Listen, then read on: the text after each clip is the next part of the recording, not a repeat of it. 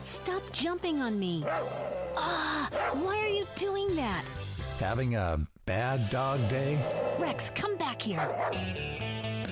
From police dogs to pet dogs, from potty training to pet peeves, #1 best-selling author and 30-year canine trainer Andy Falco knows how to get to the meat of what's eating your dog. This is Falco Canine Dog Talk, the show that helps you and your dog create a relationship of love and respect.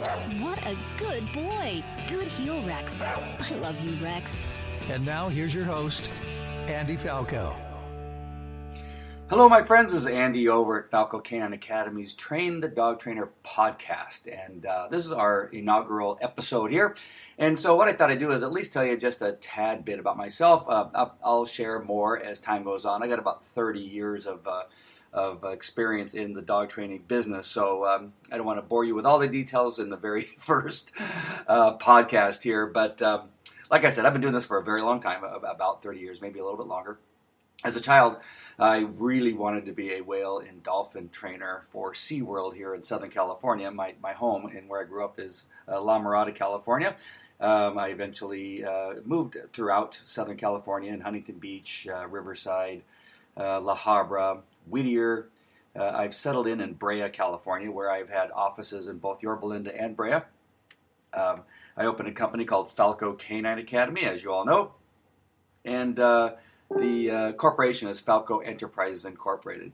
I started the business when I was a police officer at Anaheim Police Department, and got noticed because I had done some things in the police dog world. I had been asked to be an instructor at the International Police Canine Conferences.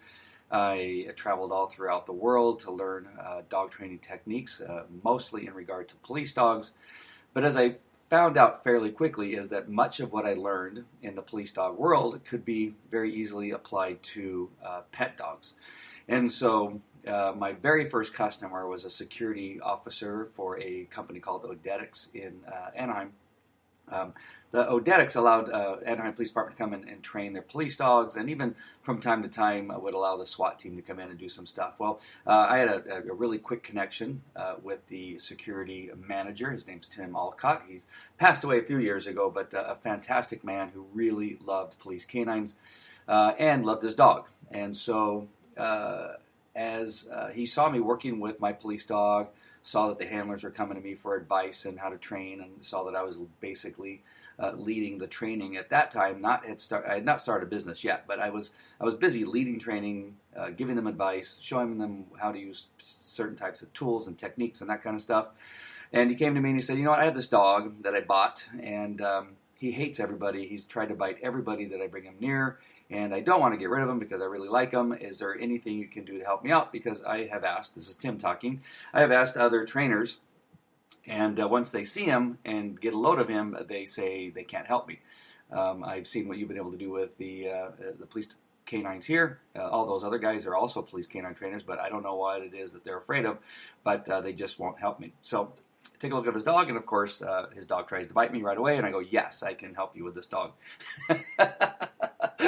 And although I really wasn't sure if I was going to make any inroads as to whether making him social or not, I knew that I could at least give it a try and apply some of what I've learned, not locally, but around the other places that I've been, in Europe and Canada. And I knew the people he had asked were all from the Southern California area. They weren't really into learning from other people, because that's the way some dog trainers are. They at some point, they decide that nobody else knows what they're talking about, and what they know is all that they need to know, and they don't further their education, which I'm glad to hear or see that you are here, and because you are not one of those people. You think that it's valuable to constantly be learning about what's happening in the dog training world, about techniques, about things that maybe you've long forgotten, and need to be reminded about from time to time. And that's what this podcast is all about.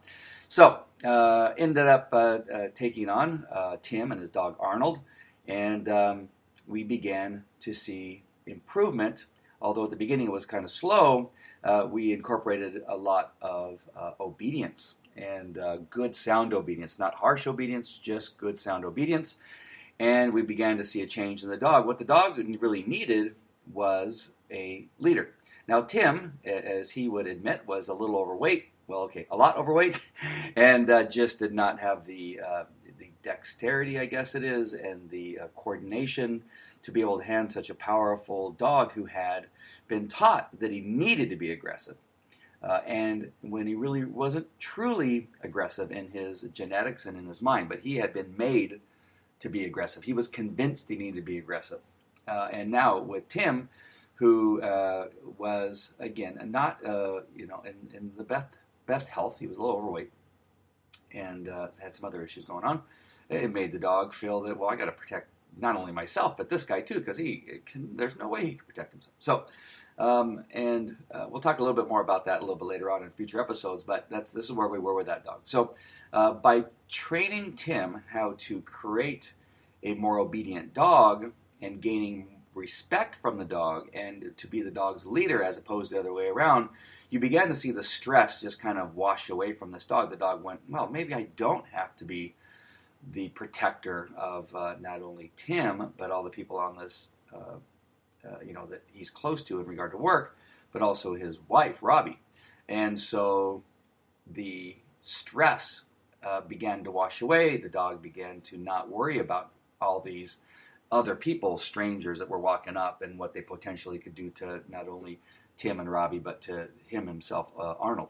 And make a long story short, at a certain point, about 3-4 months down the road, we began to see that Arnold, in his true personality and his true genetics, is actually a very nice, friendly dog who eventually would become the mascot for the company and would be laying at Tim's feet in his office. People could walk in, no longer worrying about whether he was going to get up and bite them, and he can actually leave the dog with people while he handled things that he didn't need his dog for. And so that was my very first paying customer, and it was a godsend. It actually boosted my confidence as a dog trainer. It showed me that although other people may give up on a dog, if you just give the dog some time and give the human being some good direction and require them to follow through, that you can clearly make a difference in a dog's life and in a relationship between a dog and humans, make a difference in their life and what their future will hold as far as whether they'll be able to take their dog out socially and how they have to live. So that's the beginning. And so again, like I said, I will be talking more about my history and some of the things I've done in the past and some of the things I'm doing now. And I take you along the journey, and hopefully along the way, I can teach you something. So in this very first episode, really, I want to take that story that I just gave you in regard to Tim and his dog Arnold, and just I want you to feel comfortable first with where you're at now as a dog trainer. Don't go over your head. I don't want you to think, well, now I'm going to take on every aggressive dog and I'm going to make a difference. If you don't, now remember, at that time, I had been training police dogs and training them to bite. I'd been bit probably at that point on purpose, at least 1,000 times. And I knew the difference between a dog who was biting me out of aggression, biting me out of fear, biting me out of confidence and obedience. I knew all the different kinds of personalities and genetics and things that it took a dog to bite and stay engaged, and I could tell how a dog was feeling by looking into his eyes as he was biting. So I had a lot of experience in regard to aggression, and so that was easier for me to start that to be my very first customer. I don't recommend that unless you have that experience, but understanding who you are as a dog trainer, where you're at in your knowledge, and make sure that you start there first. Get a customer, start with a customer, and maybe even do it for free. Now, I had done a couple other things for people with their dogs and neighbors and that kind of stuff up to that point for free, but again, this is the first time I got paid. And so I think in the beginning I was a little nervous and said, well, an hour training, how about $50 or something? I forget what it was, but it wasn't very much. It was very inexpensive. And so you will in the beginning, and this is for granted. My whole goal with this Train the Dog Trainer is not that you do things for free, and not that you do it for a minimum wage, and not that you even do it for a small wage. My goal is that you become a leading expert in your area in regard to training dogs, and you get paid appropriately.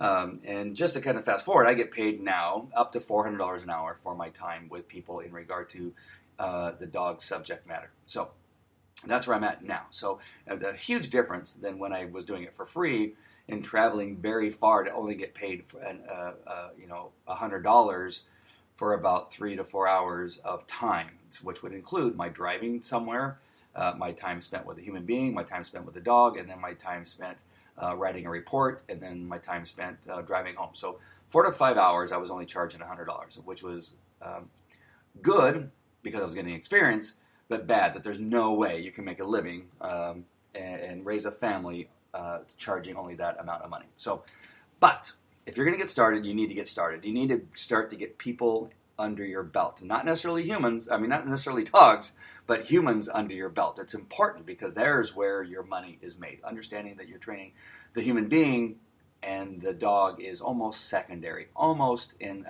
many cases, I think, is secondary. And so understanding that. Get people under your belt. Really concentrate on what it is that you're doing with a human being, but just get started and start at a place that you're certain to have success.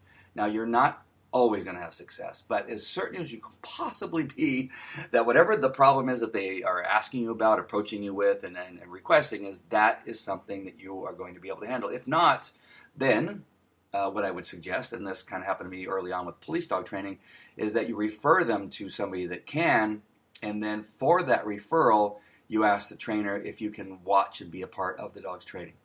And that is really how I learned how to train police dogs, is that I became a unpaid intern to many of the best dog trainers in the world, because I would bring them customers, I would recommend them to people who would come to me early on, and then I would be there and just learn. Not always did I agree with what the trainer was doing. There was a point, that I got enough knowledge that I go, you know what? I'm not sure that I would handle that way. But, knowing my place, I would wait for the perfect time to be able to, at the end, maybe after everybody was gone, say, did you consider the possibility of maybe doing this? And the trainer sometimes would say, well, yeah, except for, and I miss something. Like, oh, you're right. I didn't see that. Or he would say, that would have been a good place to start. So next time they come, let's look at that and see if maybe that will make it more of a difference than what we did today. And so, of course, not every trainer is going to admit that, but some did, and some were happy to hear my advice or my suggestions at a particular time. And then from that point on, then you can begin to branch out on your own and begin charging your own money. So just get started. Do what you can to get started, whether it's giving your time away, if it's paying to attend a bunch of classes, then you need to do that. But just get started. If you want to make this, if you have a passion for training dogs, and this is what you want to do, and this is how you want to make a living, you got to just get in the trenches, right? You have to be there with a dog. You have to be there with the people. You have to be there with a trainer, and you have to really get started. So enough watching YouTube videos, enough just watching and certain television shows, and maybe even enough listening to podcasts, except for mine, because what we're going to do is I'm going to take you on a journey so that I'm always, hopefully, going to be in a place where you need to learn something new or hear something new and get motivated to be the dog trainer that you want to be. All right, so the only thing you can't get rid of is my podcast or my membership site that you're going to eventually want to get into, because we have lots of videos in there that are going to help you along the way, or a Facebook page and all the other things that goes along with it. All right, so that's it for today. So I just want you to take this very first one, just like starting this podcast. I just got started. I hit the record button and I just got started with the intention of telling you that same thing. So how did I get started in police work and canine training and all that kind of stuff? I just got started.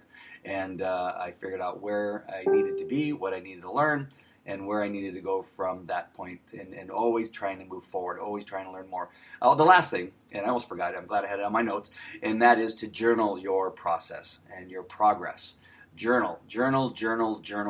I would prefer how I did in the beginning, that you actually write it with a pen and paper or pencil and paper, and you write it down. The brain seems to remember things a lot more. You won't even have to necessarily go back and read your journal. It's the fact of writing it down. Now, typing's fine, but I think handwriting things down is the best way to go, and I think that it is something that is absolutely necessary, no matter what it is you're doing, that you journal your path to success and write it down. It will help you remember what it is that you learned for that day. So journal. All right, that's it for me, Andy, over here at Falco Canine Academy's Train the Dog Trainer podcast, and I'm looking forward to seeing you in our future podcast. All right, take care, and talk to you later. Bye-bye. Thanks for listening to Falco Canine Dog Talk, the show that helps you and your dog create a relationship of love and respect. If you like what you just heard, we hope you'll pass along our web address at www.falcocanineacademy.com and like our Facebook page at facebook.com/Falco Canine Academy. Follow us on twitter.com/Falco Canine Academy and subscribe to our YouTube channel at youtube.com/Falco143. And remember, if you've got questions for Andy, call the K9 line at 714-798-9961. That's 714-798-9961. This is a production of Falco Enterprises Incorporated. All rights reserved.